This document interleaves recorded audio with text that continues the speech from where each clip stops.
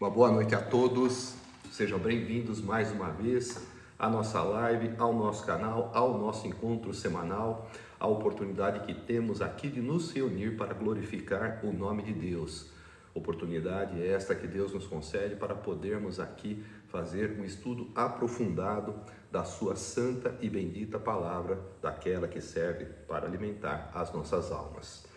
Uma boa noite aos que estão chegando, aos que estão aqui conosco. Hoje faremos a pregação expositiva do capítulo 15 do Evangelho de João, dando uma sequência à continuidade de mensagens que estamos trazendo toda semana e que se iniciou no capítulo 1 deste magnífico livro que é o Evangelho de Cristo, segundo o apóstolo João.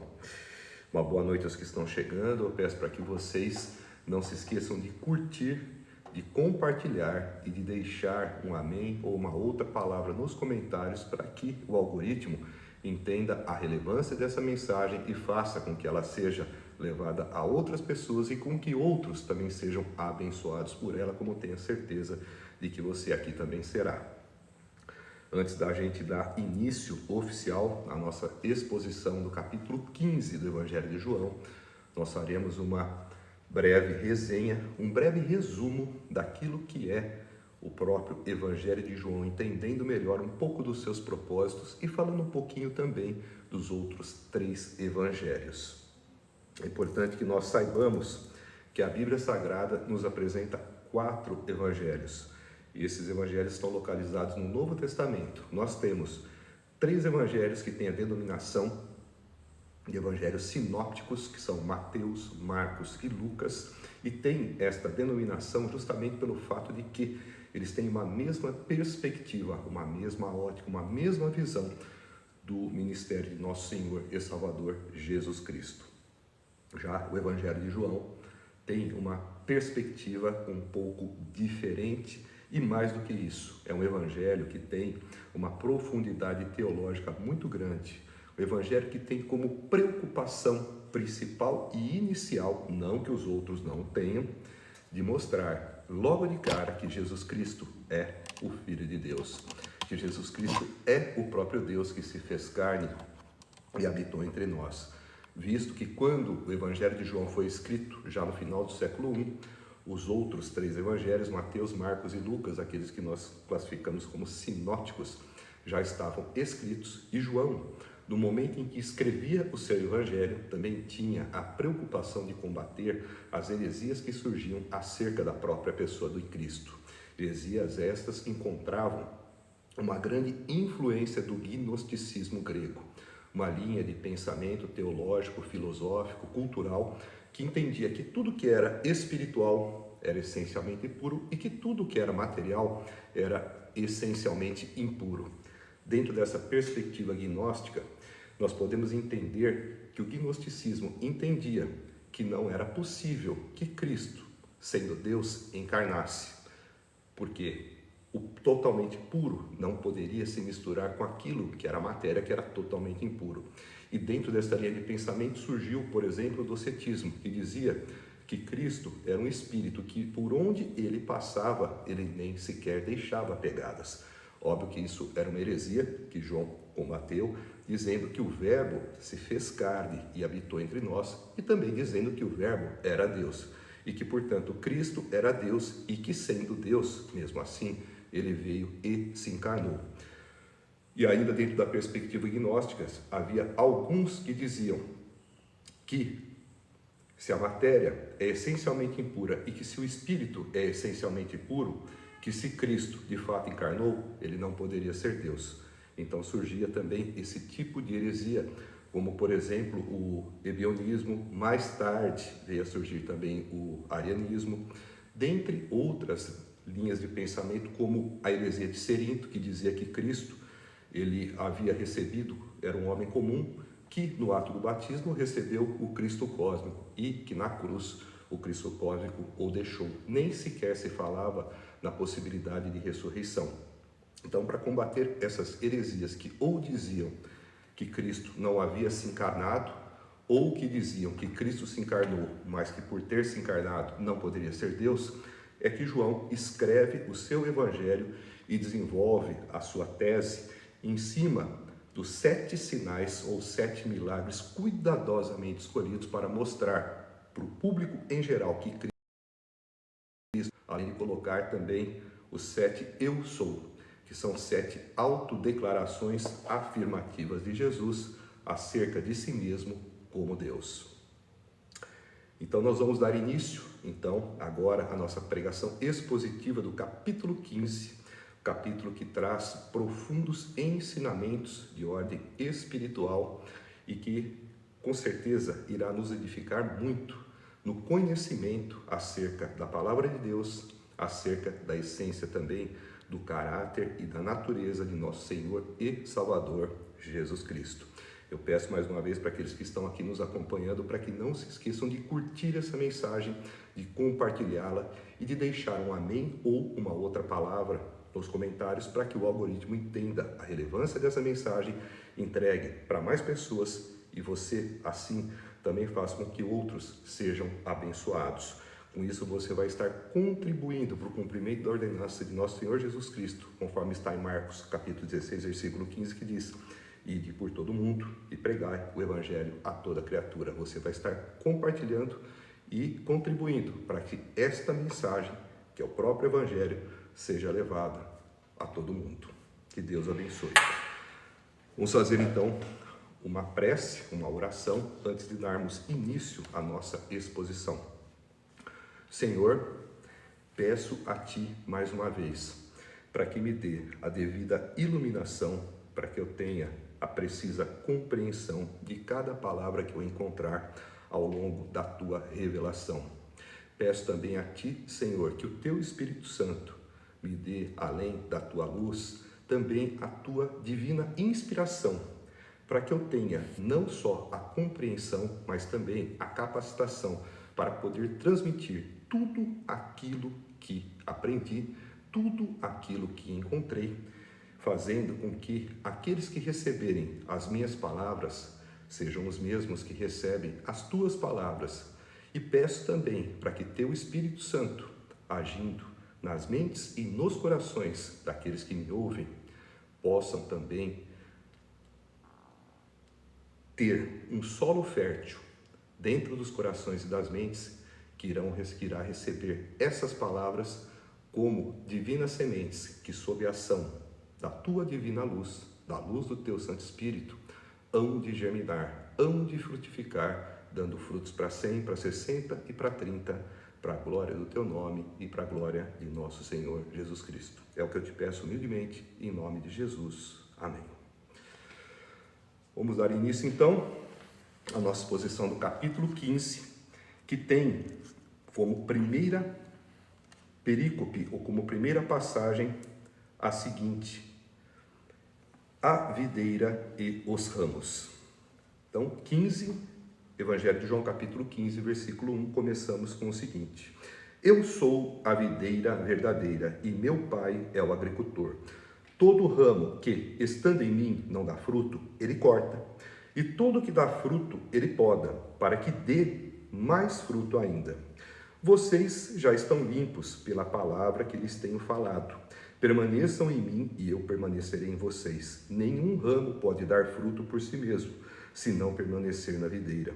Vocês também não podem dar fruto, se não permanecerem em mim.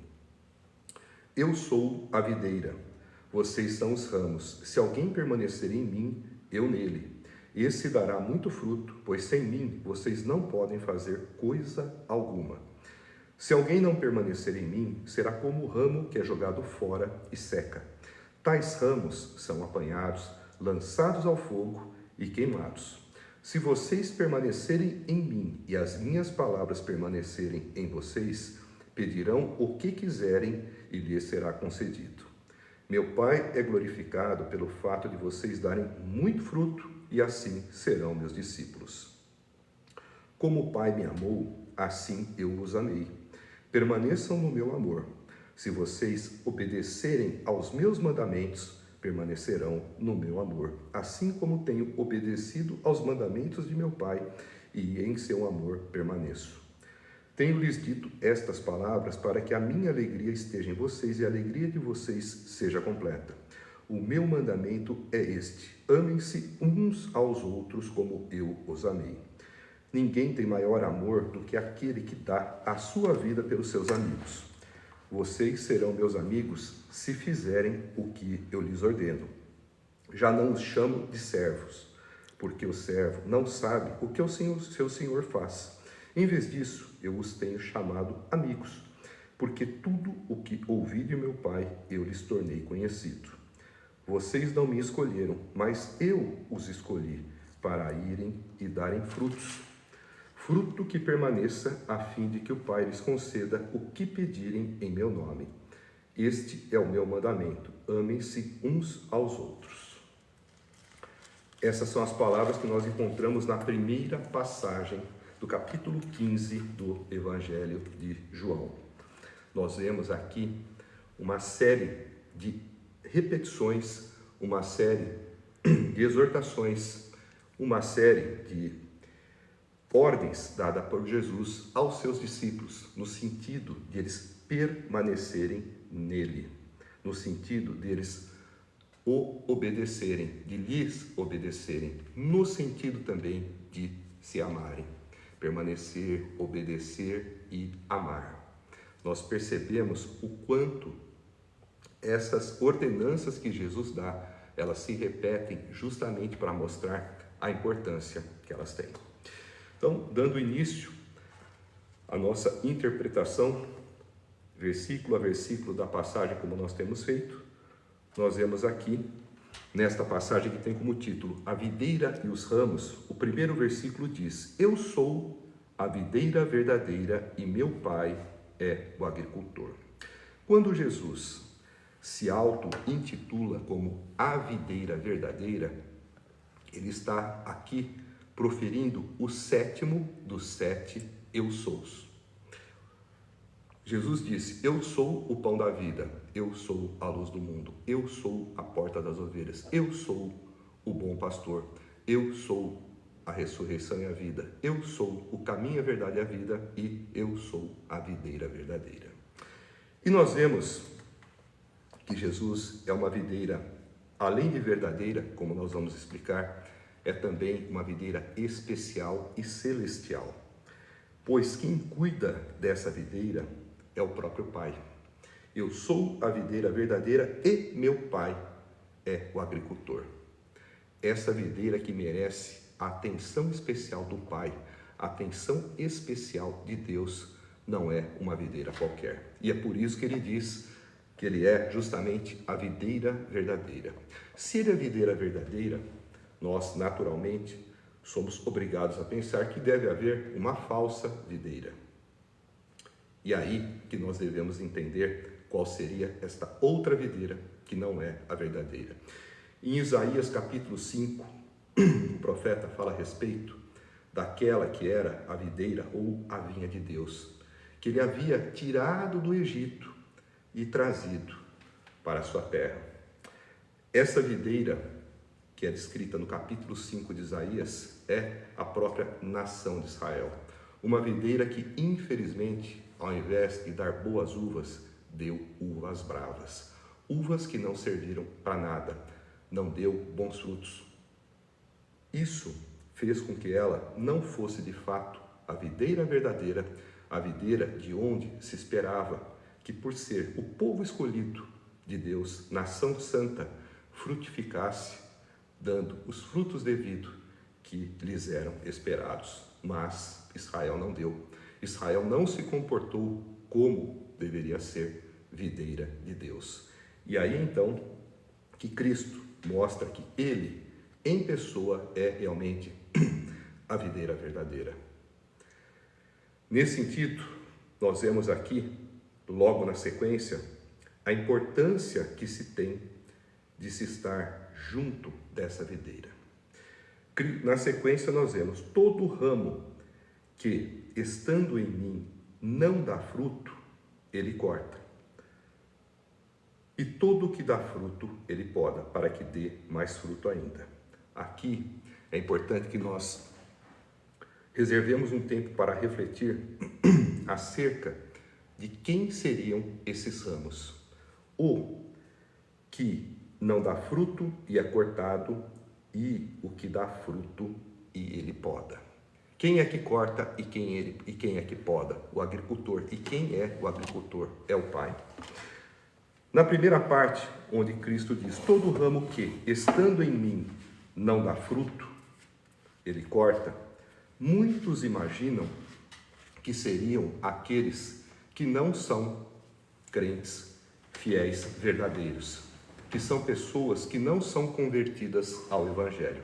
Mas a maioria dos comentaristas não tem esta visão.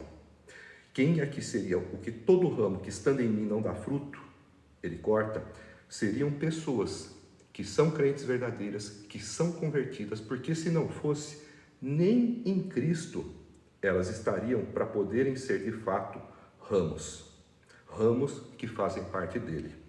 E por que é dito que estando em mim, o que mostra que é convertido, não dá fruto, ele corta? Aqui nós precisamos voltar para fazer uma análise em cima do termo original em grego para corta. O corta que está aqui é um verbo que significa de fato levantar, erguer, além de alguns outros significados.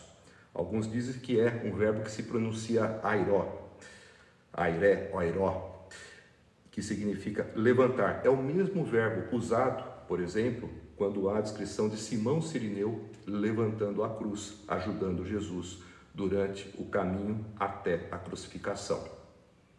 Então, esse ato de cortar, quando visto no sentido de levantar, começa a fazer um sentido mais claro, no sentido justamente de se enxergar que aquele que está em Cristo, mas que não está dando fruto, ao invés de ser cortado e tirado, não, ele é levantado. Para que nós tenhamos uma visão mais clara do que seria esse ato de levantar, nós precisamos recorrer à imagem, à visão de uma videira, onde os ramos, quando ficam muito longos e caem no chão, eles acabam muitas vezes por ficar empoeirados e até mesmo, quando chove, recobertos por lama. Isso faz com que eles não consigam produzir frutos. E aí então é que há a necessidade de levantá-los. Aqui está dito, como eu expliquei, cortar. O cortar, que em grego, que é a língua original que foi escrito no Evangelho de João, significa airé ou airó, que é levantar. Então o agricultor levanta os ramos como se o amarrasse, o prendesse junto à própria vinha, para que ficando em um nível mais alto, ele não fique exposto ali à lama de quando chove ou à poeira excessiva e assim tenha condições favoráveis para poder frutificar, para poder dar frutos. E na sequência Jesus fala: e todo que dá fruto, ele poda para que dê mais fruto ainda.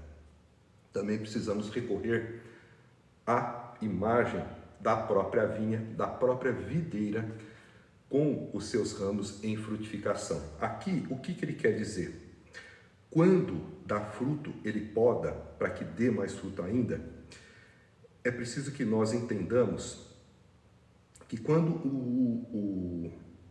a vinha ou o ramo, ele está frutificando, mas ele está cheio de folhagem, ele é um ramo frondoso.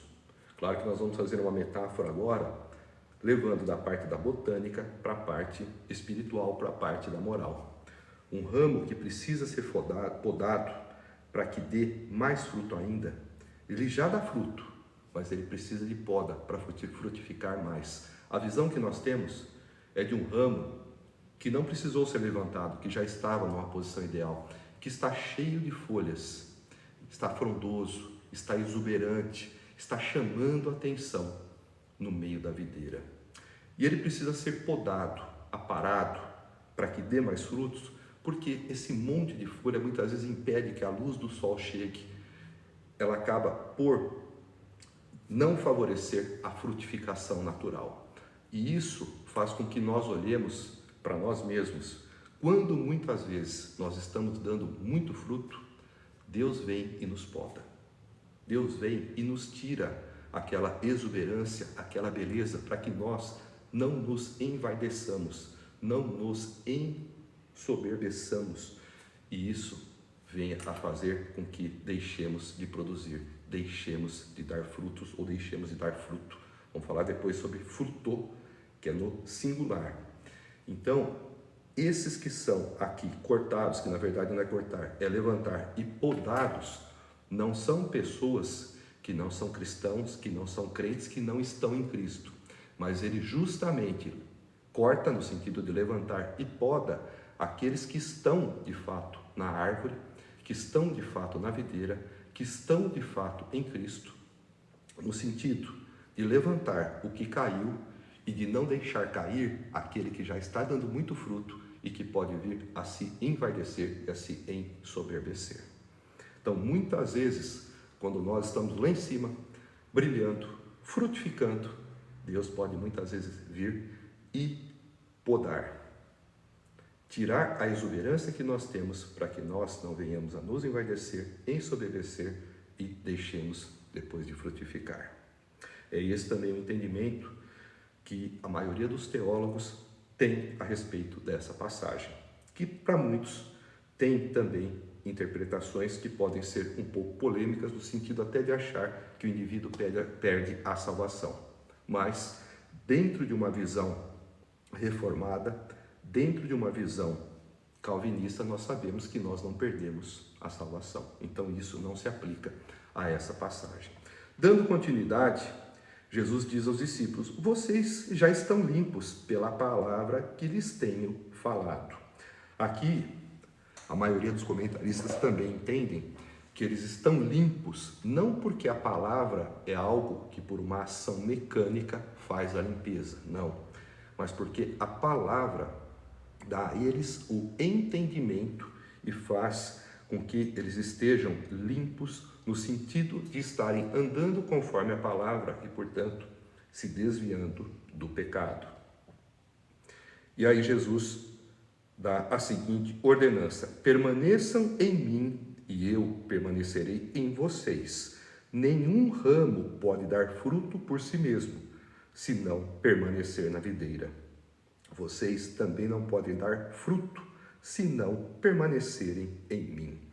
Aqui Jesus justamente enfatiza a necessidade de nós, como criaturas, permanecermos no Criador. Da mesma forma que um ramo deve permanecer na videira para que ele tenha vida e, tendo vida, ele possa ser útil, dando frutos. Nós precisamos estar em Cristo para que tenhamos vida e para que, tendo vida nele, nós podemos dar fruto. O fruto que aqui se entende não é um fruto natural, mas sim um fruto espiritual. E não são frutos, mas sim fruto no singular, porque é o fruto do Espírito. Fruto este que é constituído por 9 partes: amor, bondade, paz, alegria, longanimidade, mansidão, amabilidade, fidelidade e controle de si próprio. Qualidades estas que servem para caracterizar o verdadeiro cristão e que estão listadas na carta de Paulo aos Gálatas, no capítulo 5, versículo 22. E Jesus continua: eu sou a videira, vocês são os ramos. Se alguém permanecer em mim e eu nele, esse dará muito fruto, pois sem mim vocês não podem fazer coisa alguma. Então nós vemos novamente Jesus repetindo esse conceito, justamente para mostrar a necessidade que nós, como convertidos em Cristo, como cristãos verdadeiros, nós devemos ter de estar em permanente comunhão com Cristo. Na sequência ele diz: se alguém não permanecer em mim, será como o ramo que é jogado fora e seca. Tais ramos são apanhados, lançados ao fogo e queimados. Aqui nós devemos ter também um entendimento de que Jesus não está falando de perda da salvação. Aqui ele está usando, obviamente, como desde o início do seu discurso, uma linguagem metafórica, simbólica, figurada. Quando ele diz, eu sou a videira, é claro que Jesus não é uma árvore, é claro que os discípulos não são ramos dessa árvore no sentido literal. Mas é essa a alegoria que ele usa para poder mostrar a ideia de dependência que nós temos dele, assim como os ramos têm da videira. E nesse sentido, quando ele diz, se alguém não permanecer em mim, será como o ramo que é jogado fora e seca. Tais ramos são apanhados, lançados ao fogo e queimados. Esses ramos que não permanecem na videira são muitas vezes ramos que não são da videira. São ramos que foram levados pelo vento e que acabaram se enroscando, por exemplo, na videira. Nós podemos ter um exemplo desse tipo de ramo quando nós olhamos para o grupo apostólico de Jesus, para os 12 e particularmente para a figura de Judas, que nunca foi convertido. Então ele era como um ramo que parecia que pertencia à videira, mas que nunca pertenceu.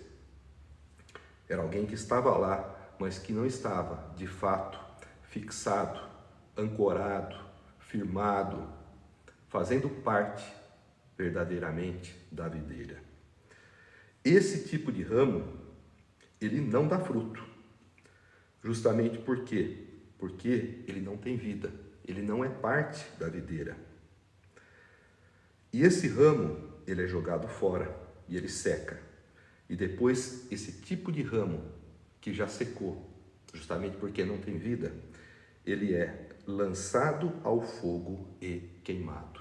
Aqui nós podemos ver uma metáfora do juízo final, da condenação eterna, do lago de fogo e enxofre, onde Satanás e os anjos caídos e todos aqueles que não creram em Cristo serão condenados e ali lançados. Nós não devemos ver isso como uma perda da salvação, mas como uma descrição do destino daqueles que não estão em Cristo. E é importante que nós prestemos atenção de que o ramo, ele tem dois destinos. Ou ele dá fruto, ou ele vai para o fogo. Ou é fruto, ou é fogo. E é aí que muitas vezes, nós devemos nos perguntar e também perguntarmos os irmãos que parecem não estar no caminho devido a respeito de que tipo de ramos são. Ramo que dá fruto ou ramo que vai para o fogo. E continuando, Jesus volta no tema de permanecer. Se vocês permanecerem em mim e as minhas palavras permanecerem em vocês, pedirão o que quiserem e lhes será concedido.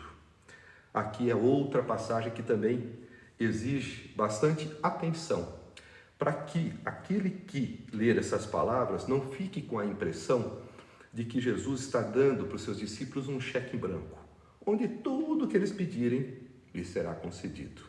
Primeiro, ele coloca uma condição: se vocês permanecerem em mim e as minhas palavras permanecerem em vocês, pedirão o que quiserem e lhes será concedido. Então, nós devemos ter um entendimento do seguinte: é aquilo que eles sabem que Jesus pediria se estivesse no lugar deles. Por quê? Se vocês permanecerem em mim e as minhas palavras permanecerem em vocês, ou seja, se eles estão em Cristo, Cristo, que é a palavra, também está nele. E aí, o que acontece? Vocês pedirão o que quiserem e lhes será concedido. Mas, claro, se eles estão em Cristo, eles permanecem em Cristo e as palavras de Cristo permanecem nele, aquilo que eles iriam pedir é somente aquilo que Cristo pediria. E, naturalmente, Cristo não pediria nada em vão. E, portanto, o que eles pedissem, que seria o que Cristo pedisse, naturalmente seria concedido, porque é a vontade de Cristo e também seria a própria vontade do Pai, a própria vontade de Deus. Continuando. Meu Pai é glorificado pelo fato de vocês darem muito fruto, e assim serão meus discípulos. Aqui também nós entendemos que essa glorificação do Pai é justamente resultado do fruto que os discípulos dão. Esse fruto que é resultado da própria aplicação da palavra que permanece nele quando eles permanecem em Cristo e quando eles fazem bons pedidos, pedidos estes que Cristo faria para fazerem as obras que Cristo faria, a fim de glorificar o nome de Deus. Então nós vemos que aquilo que eles pediriam e que seria concedido seriam justamente coisas que glorificariam o Pai, justamente nos frutos ou no fruto que eles iriam produzir. Nada mais é do que frutificar dando o fruto do Espírito, aquelas 9 qualidades, aquelas 9 atribuições que caracterizam o verdadeiro cristão: amor, bondade, paz, alegria, longanimidade, mansidão, habilidade, fidelidade e controle de si próprio.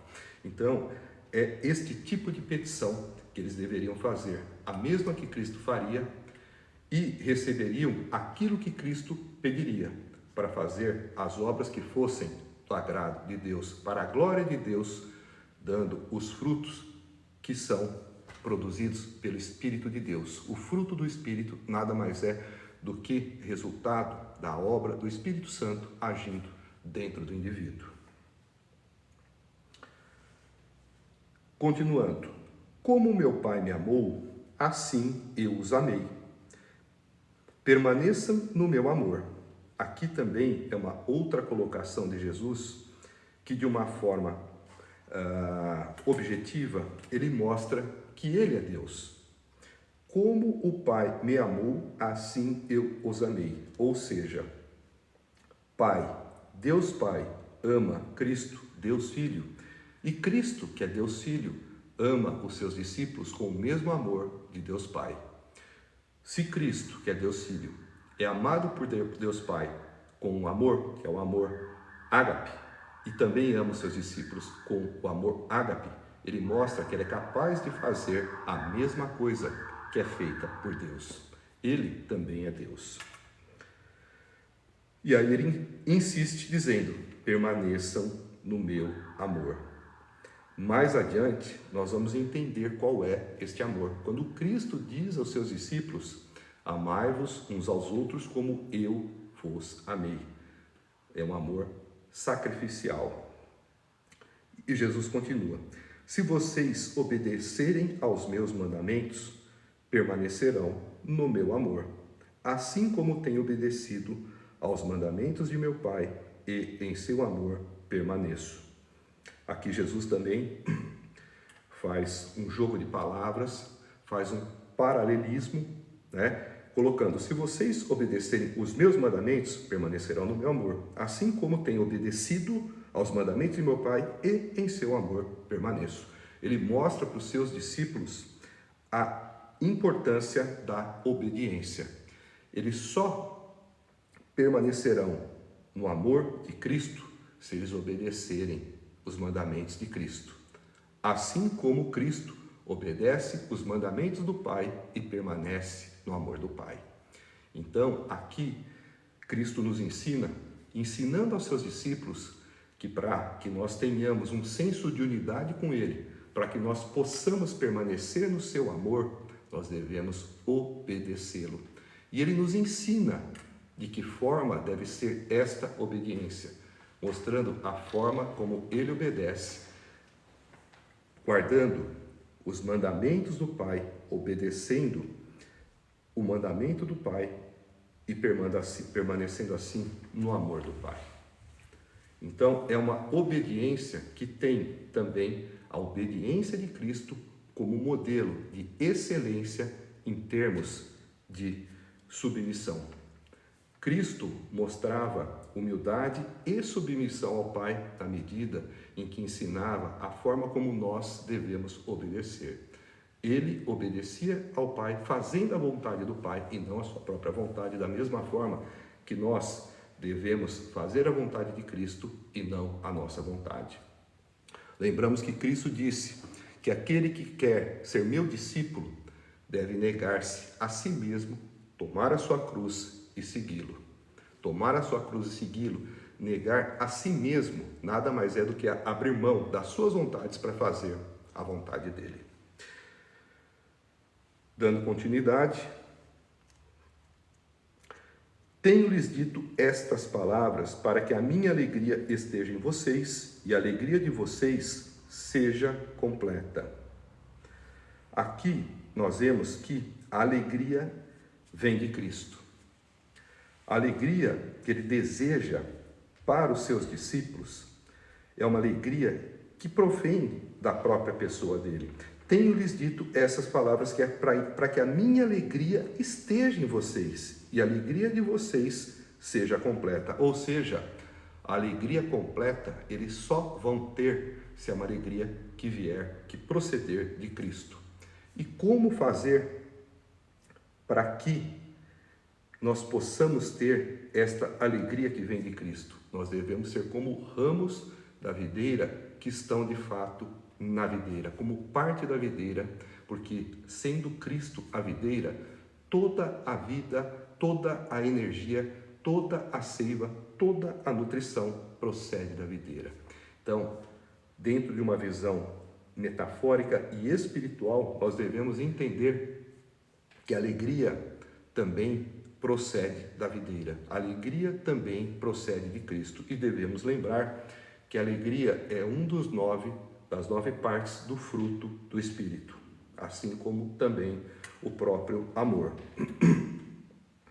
Então nós só encontraremos uma alegria completa, uma alegria plena, se nós estivermos em Cristo e se a alegria dele com isso estiver em nós. Continuando, o meu mandamento é este: amem-se uns aos outros como eu os amei. Aqui, Jesus estabelece um padrão de excelência para o amor.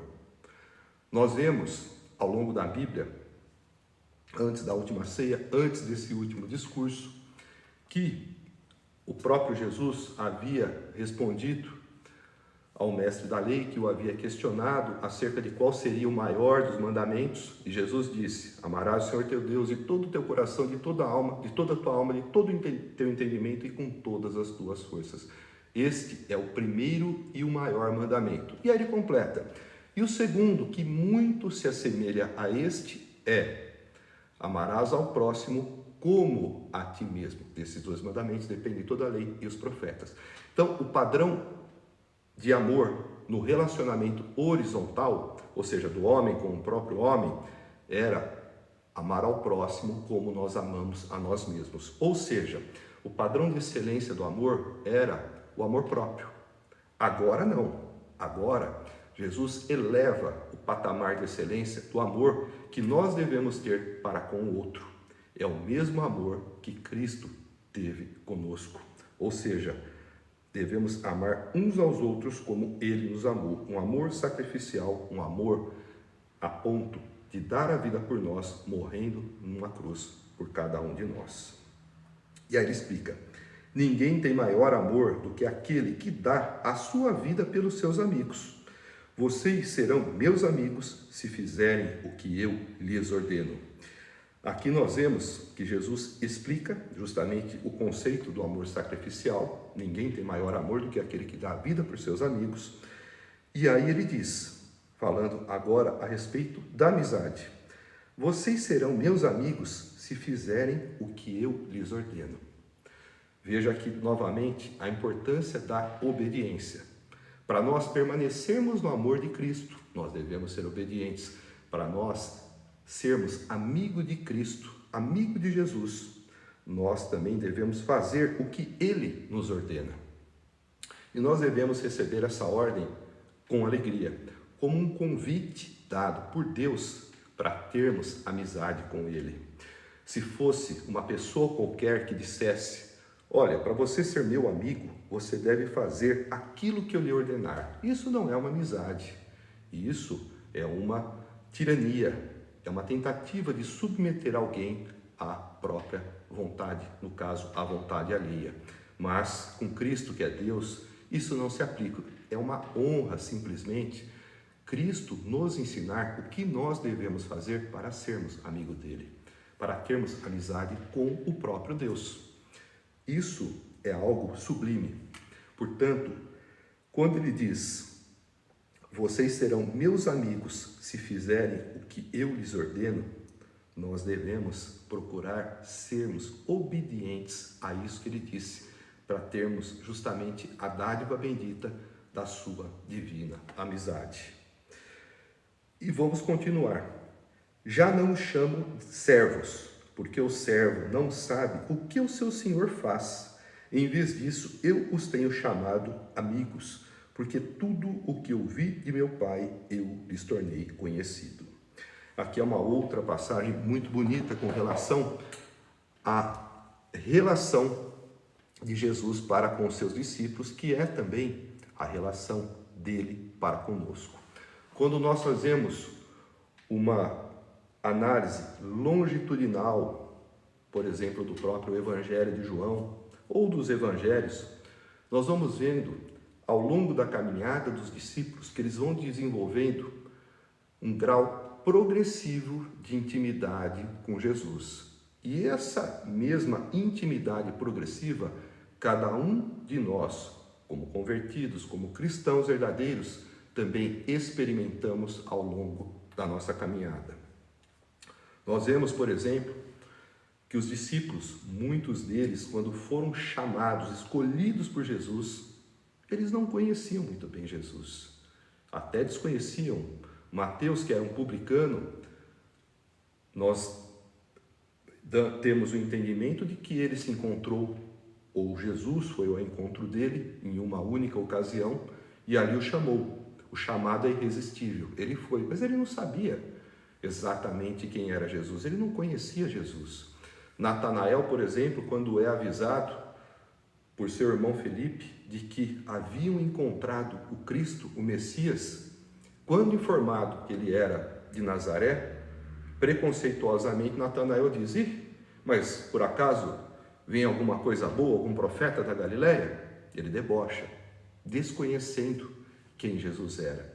Mas nós vamos vendo ao longo da caminhada, por exemplo, no capítulo 13 do Evangelho de João, que os discípulos passam a ser de pessoas que eventualmente desconheciam Jesus, eles vão ganhando mais intimidade, mais proximidade, e no capítulo 13 de João, eles são chamados de servos.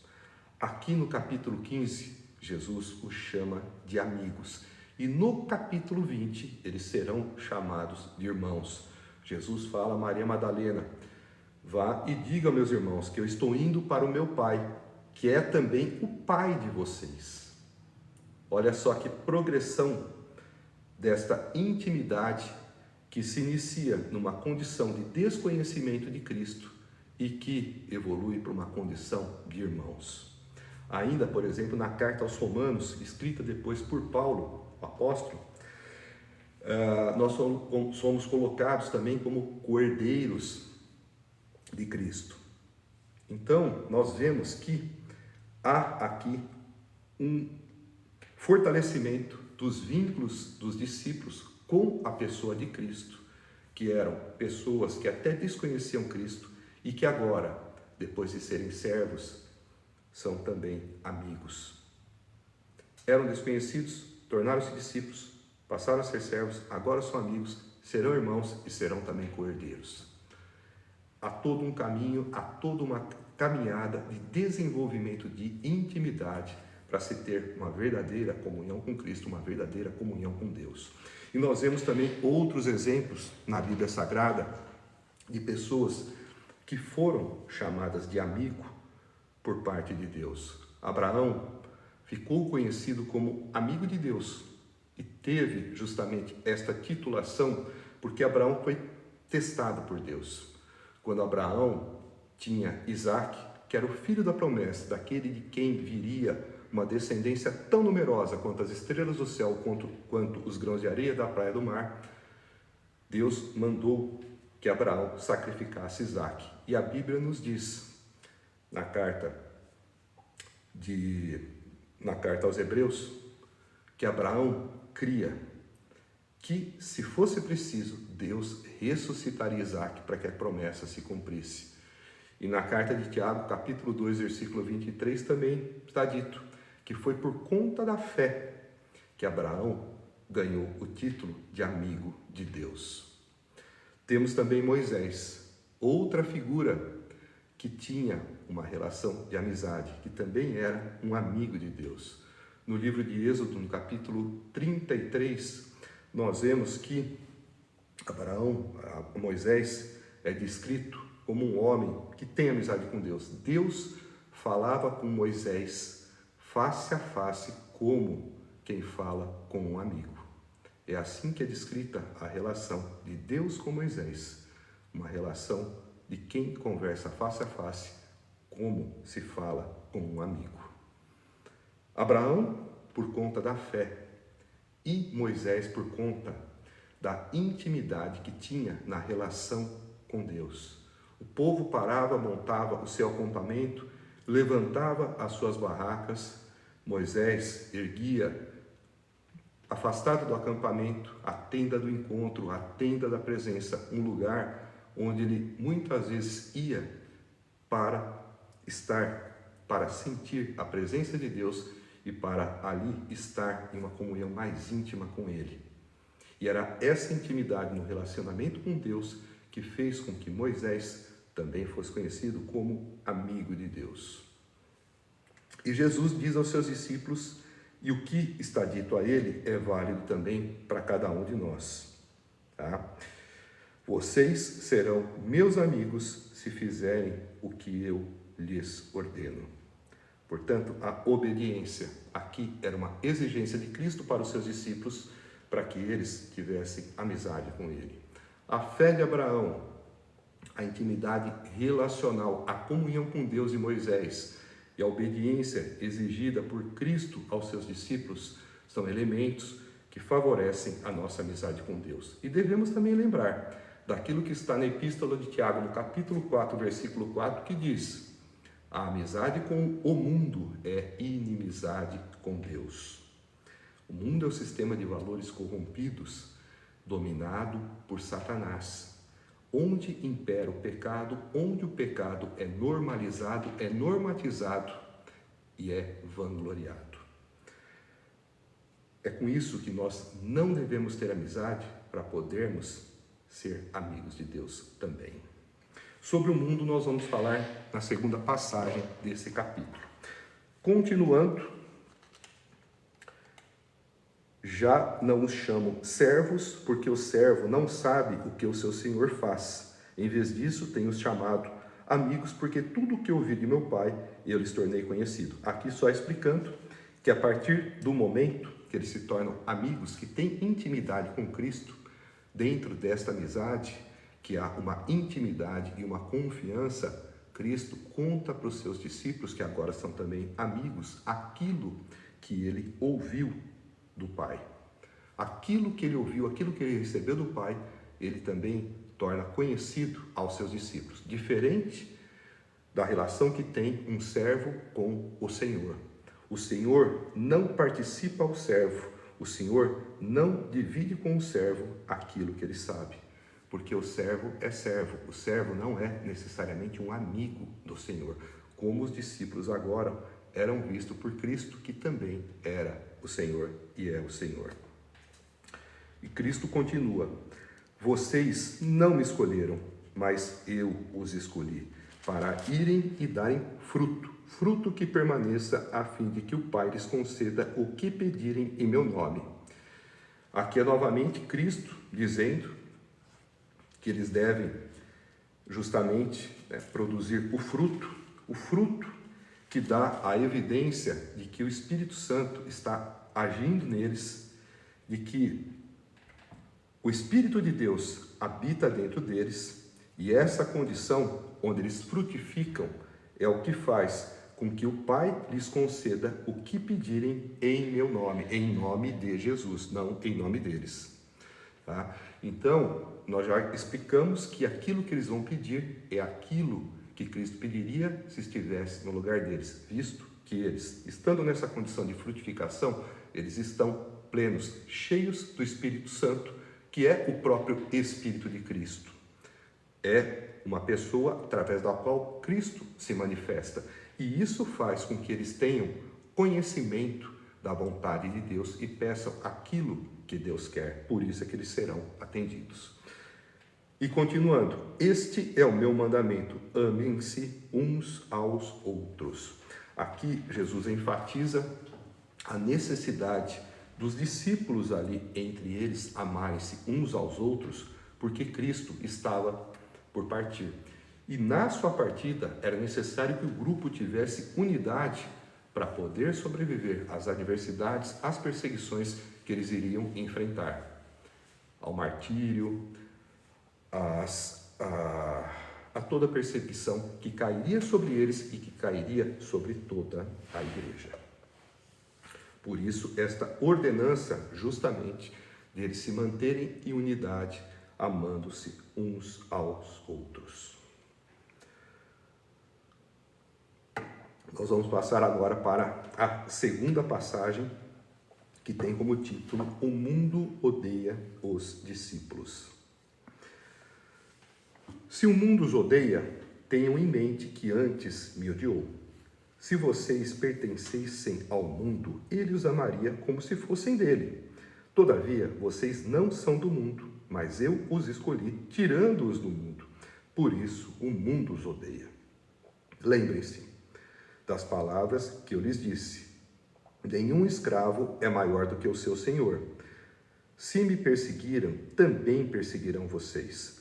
Se obedecerem à minha palavra, também obedecerão à de vocês.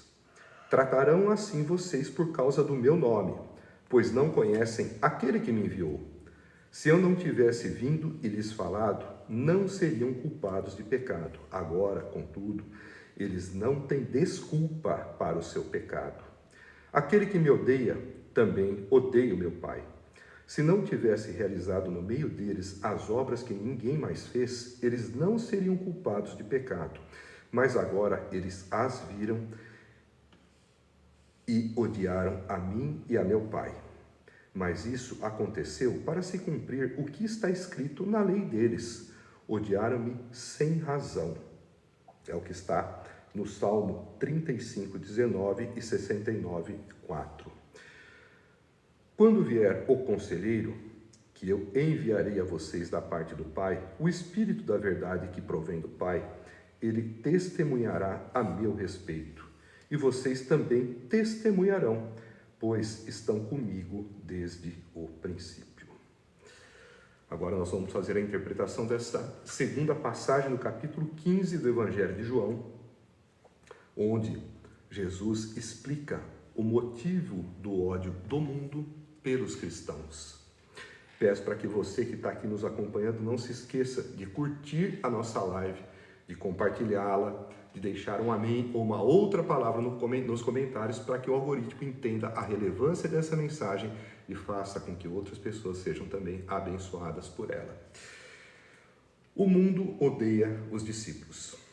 Cristo disse: se o mundo os odeia, tenham em mente que antes me odiou. Se vocês pertencessem ao mundo, ele os amaria como se fossem dele. Todavia, vocês não são do mundo, mas eu os escolhi, tirando-os do mundo. Por isso, o mundo os odeia.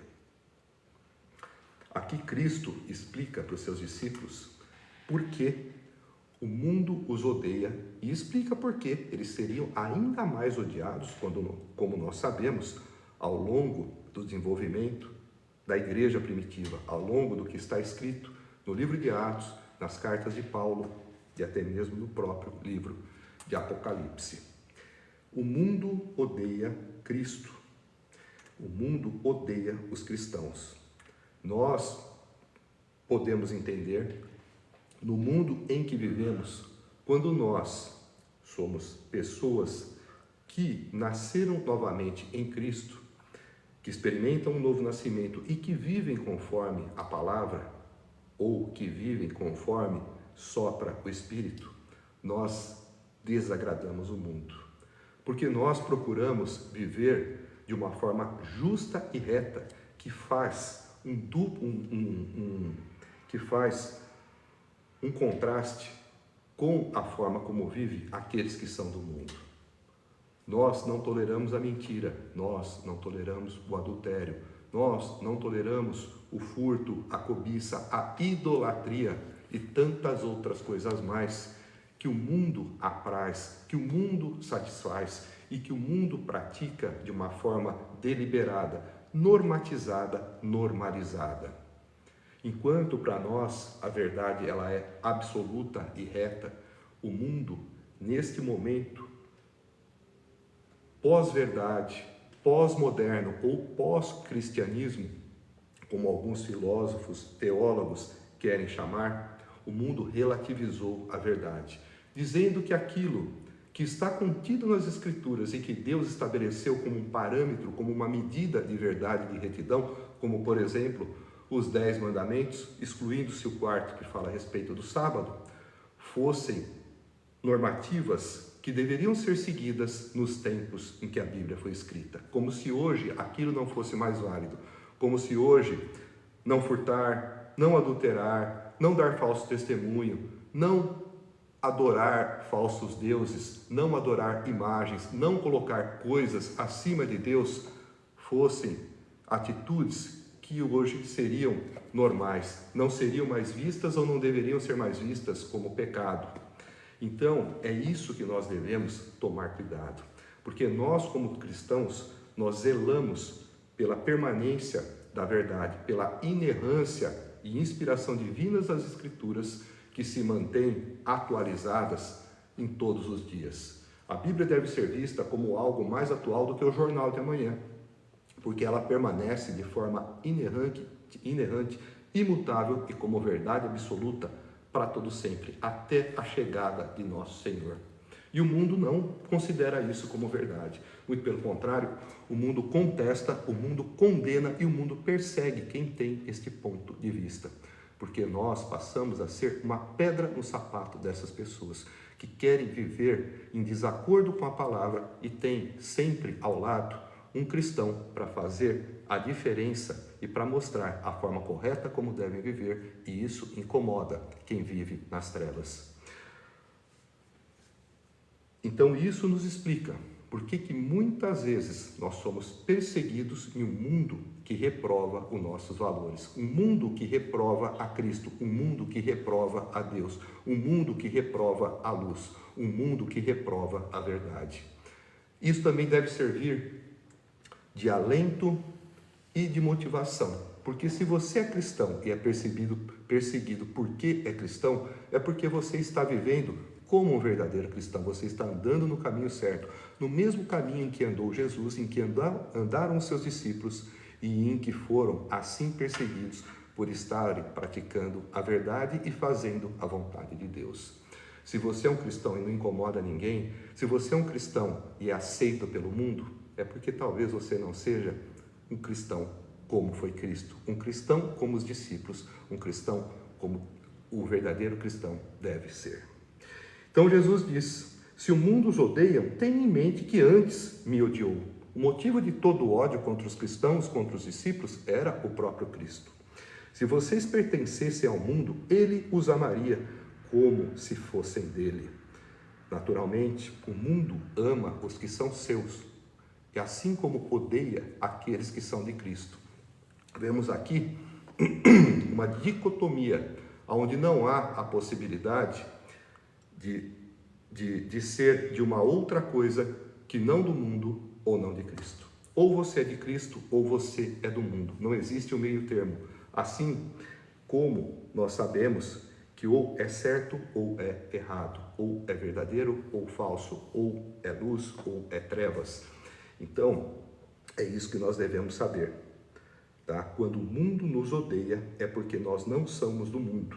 Quando nós não estamos pactuados com os valores depravados de Satanás, aí então o mundo se volta contra nós, porque nós somos luz do mundo, e o mundo que vive em trevas não quer que a nossa luz brilhe e revele as obras más que eles fazem.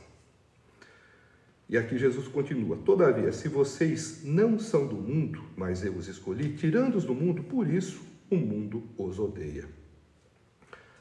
Aqui é justamente o fato de que todos nós, quando nascemos, precisamos ser tirados do mundo por Cristo.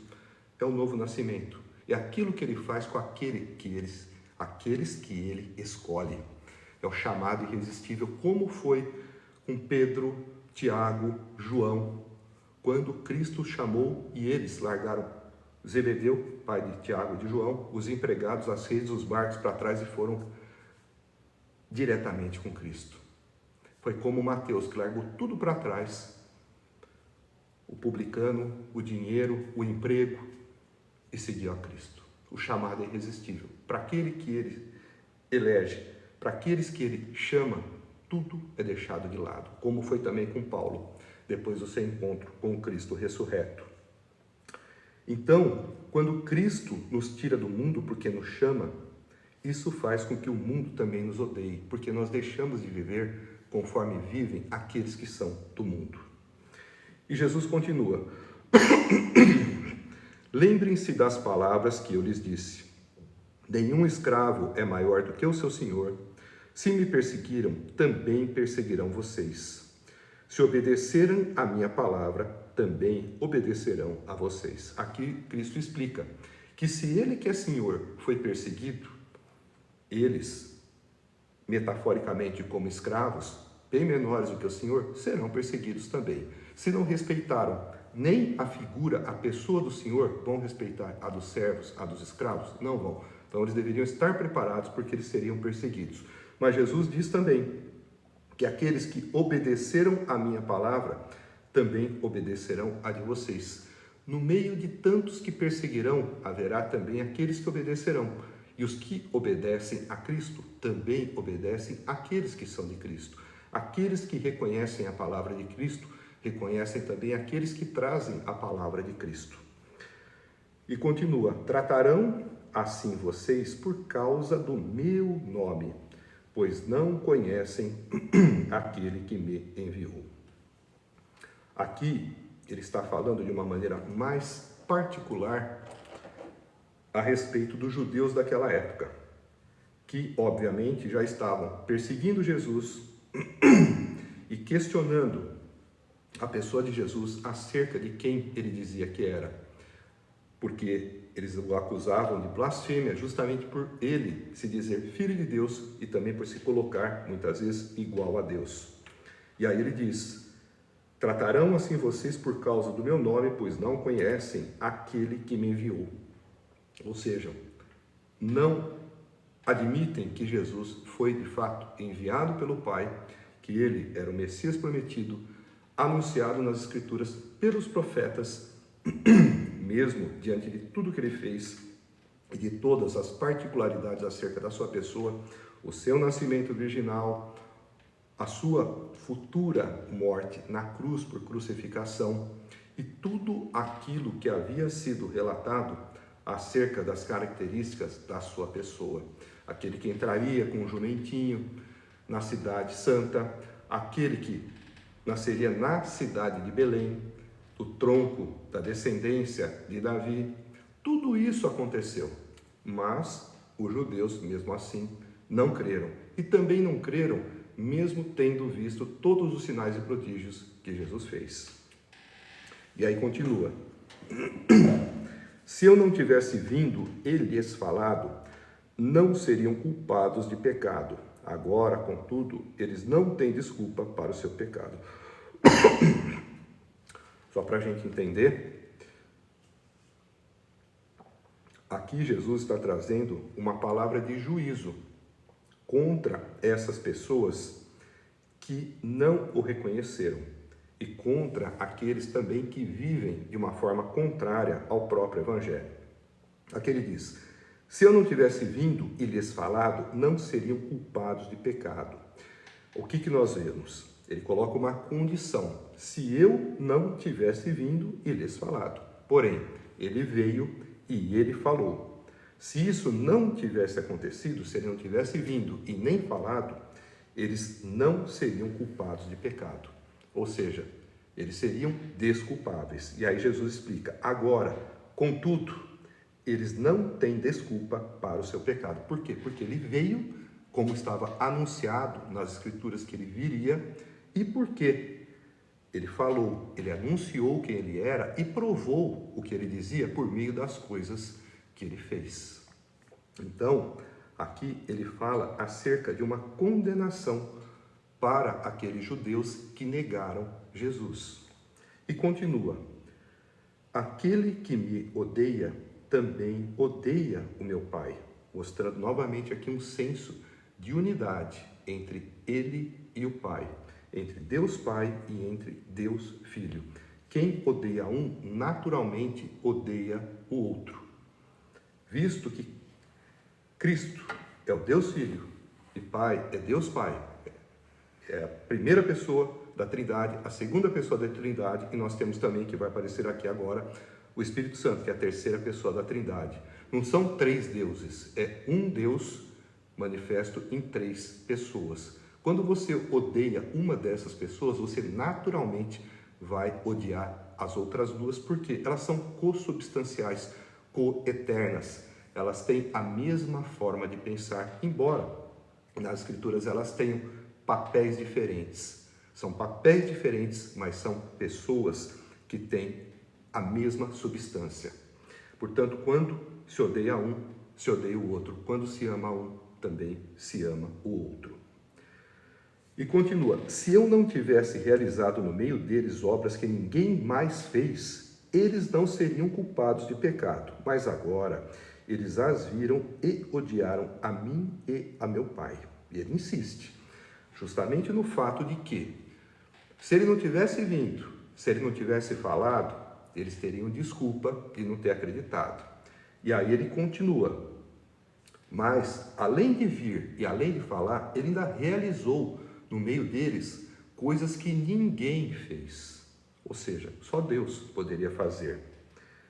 Com isso, eles viram, não acreditaram e ainda odiaram, como ele disse, a mim e a meu Pai. Ou seja, Cristo diz isso porque ele sabe que ele será, daqui a algumas horas, julgado, condenado injustamente e crucificado. Continua: mas isto aconteceu para se cumprir o que está escrito na lei deles: odiaram-me sem razão, que é justamente cumprimento de profecias messiânicas que estão nos Salmos 35, 19 e 69, 4. Justamente, odiaram-me sem razão, ou seja, teriam razão para amá-lo, para adorá-lo e para reconhecê-lo como Messias e como o próprio Deus. Mas, ao contrário, sem razão, eles acabaram por odiá-lo, mesmo tendo visto tudo que ele fez, mesmo tendo visto o cumprimento das profecias que descreviam o Messias, mesmo tendo ouvido as palavras de Cristo e mesmo tendo visto coisas miraculosas que comprovavam as palavras de Cristo e as profecias acerca dele. Ainda assim, não creram e, mais do que isso, odiaram sem razão, a ponto de matá-lo. E Jesus continua: quando vier o conselheiro, que eu enviarei a vocês da parte do Pai, o Espírito da verdade que provém do Pai, ele testemunhará a meu respeito. Aqui Jesus volta novamente a falar do Espírito Santo, chamando-o de conselheiro, o Espírito que vem da parte do Pai, o Espírito da verdade, e explicando o papel do Espírito Santo com relação aos discípulos, que é dar testemunho acerca de Cristo. É ele que terminaria de lembrar, queria terminar de ensinar e lembrar os discípulos, como Jesus já havia falado, com relação às coisas que eles deveriam saber e das coisas que eles deveriam se lembrar, daquilo que eles já haviam visto. Nós sabemos que o Espírito Santo, ele não é uma força, ele não é uma energia, ele é uma pessoa. É uma pessoa que ensina, que ajuda a lembrar, que se entristece, que testemunha e que intercede, além de ter muitas outras funções que nós encontramos na Bíblia Sagrada. O Espírito Santo também, nós devemos nos lembrar que ele viria aqui, ele já veio, mas assim, ele já veio nos nossos dias, mas que ele aqui ainda estava por vir, e ele chegaria e habitaria os discípulos na plenitude no dia de Pentecostes. E é ele quem daria aos discípulos testemunho da pessoa de Cristo. E Jesus continua: e vocês também testemunharão, pois estão comigo desde o princípio. Então, era o Espírito Santo que viria para dar testemunho de Cristo para os discípulos. E depois de fazer habitação nos discípulos, através dos discípulos, o Espírito Santo daria testemunho ao mundo também. Eles ajudariam os discípulos a se lembrarem daquilo que viram, pois eles estavam com Cristo desde o princípio, não o princípio dos tempos, mas desde o princípio do seu ministério. E foram tantas coisas, e foram tantos milagres, que o próprio João disse que se todas as coisas, todos os milagres que Jesus fez fossem registrados em livros, não haveria espaço no mundo para conter os livros que seriam escritos. Por isso é necessário a presença de alguém divino, como o próprio Espírito Santo, habitando dentro dos discípulos apóstolos, para poder fazer com que eles se lembrem de tantas maravilhas e de tantos ensinos divinos que eles receberam direto da boca do Divino Mestre. Nós damos por encerrada nossa pregação expositiva do capítulo 16 do Evangelho de João. Espero que tenha sido edificante para vocês, espero que vocês tenham entendido o motivo ou os motivos pelos quais nós cristãos somos muitas vezes perseguidos, debochados, deixados de lado, ridicularizados, ofendidos, perseguidos. É justamente porque nós mostramos aquilo que o mundo quer esconder. Com a nossa conduta de retidão e de justiça, nós incomodamos muita gente, porque nós fazemos um contraste entre a luz, que somos nós, luz para o mundo, e as trevas que já estão no mundo. Nós mostramos uma maneira correta de andar, e quando nós andamos em retidão, nós mostramos a tortuosidade dos passos daqueles que caminham nos caminhos da perdição. O caminho da retidão tem um passo, e o caminho da perdição tem outro passo. É como um desfile militar, aonde você vê um pelotão em forma, e quando eles começam a marchar, e você tem pessoas que estão fora do ritmo. Essas pessoas destoam. Então, nós devemos agir de forma exemplar nesse mundo, mostrando a forma correta de se andar, a forma correta de se marchar, a forma correta de se viver, mesmo que isso desagrade o mundo e mesmo que isso nos custe perseguição, porque mais vale agradar a Deus do que agradar ao mundo. Antes de darmos por encerrada a nossa live, eu gostaria de deixar uma lembrança para vocês acerca de 2 livros. O primeiro é o devocional que a minha filha recentemente escreveu, Giovanna Verotti, O Espelho de Cristo. Esse livro foi lançado no dia 8 de setembro de 2024, na 27ª Bienal Internacional do Livro, em São Paulo, um livro chamado O Espelho de Cristo. Tá? É um devocional cristão. Aqui você vai encontrar diversas reflexões ao longo do livro. Você pode fazer uma leitura, tá, de uma vez só, lendo todo ele numa sequência, e depois de fazer essa leitura, você pode se organizar também para fazer uma nova releitura ao longo do ano, lendo uma passagem por dia, um texto por dia, e eventualmente você vai encontrar alguns dias em que não haverá um texto, mas haverá uma passagem das Escrituras sugerida para leitura e reflexão. É um livro para ser lido de uma vez só e um livro para ser relido de uma forma organizada ao longo de um ano. Se você ficou interessado, você pode entrar em contato conosco pelas redes sociais ou acessar a página www.giovanaverotti.com.br. Giovana Verotti com 2 T's e I, tá? Última lembrancinha a respeito do meu livro, A Revelação.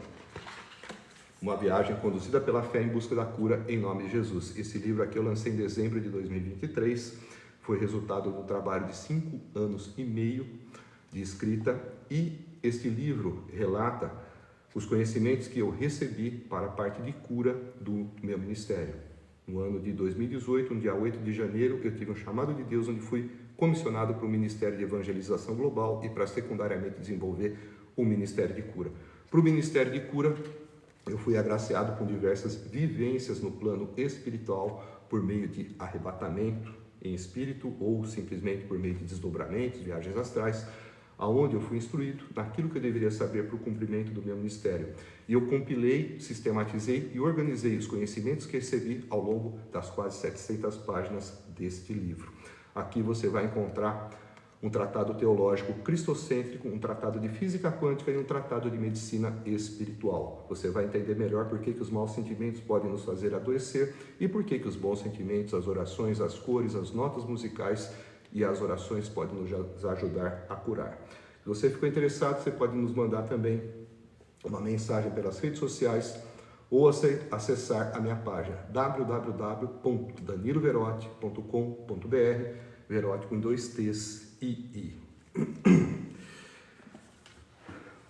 Para a gente fazer o encerramento definitivo, vamos fazer então uma oração. Senhor, agradeço a Ti mais uma vez pela iluminação que nos deu, que nos permitiu ter a devida compreensão de cada passagem que nós podemos encontrar. Agradeço também, Senhor, pela inspiração que me concedeu para eu poder transmitir aquilo que aprendi da Tua divina revelação. Peço que a Tua luz e que o Teu Santo Espírito estejam atuando nas mentes e nos corações daqueles que nos ouviram, para que essas palavras lá encontrem um solo fértil e, sob a ação do Teu Santo Espírito, possam frutificar, dando frutos para 100, para 60, para 30, para a glória do Teu nome e de nosso Senhor Jesus Cristo. É o que te peço e assim que também te agradeço, em nome de Jesus. Amém. Obrigado a todos que estiveram conosco. Semana que vem, se Deus assim o permitir, nós estaremos novamente aqui para fazer a exposição do capítulo 16 do Evangelho de João. Uma boa noite a todos. Obrigado mais uma vez pela audiência. Que Deus esteja convosco, que a paz esteja com vocês. Amém. Uma boa noite.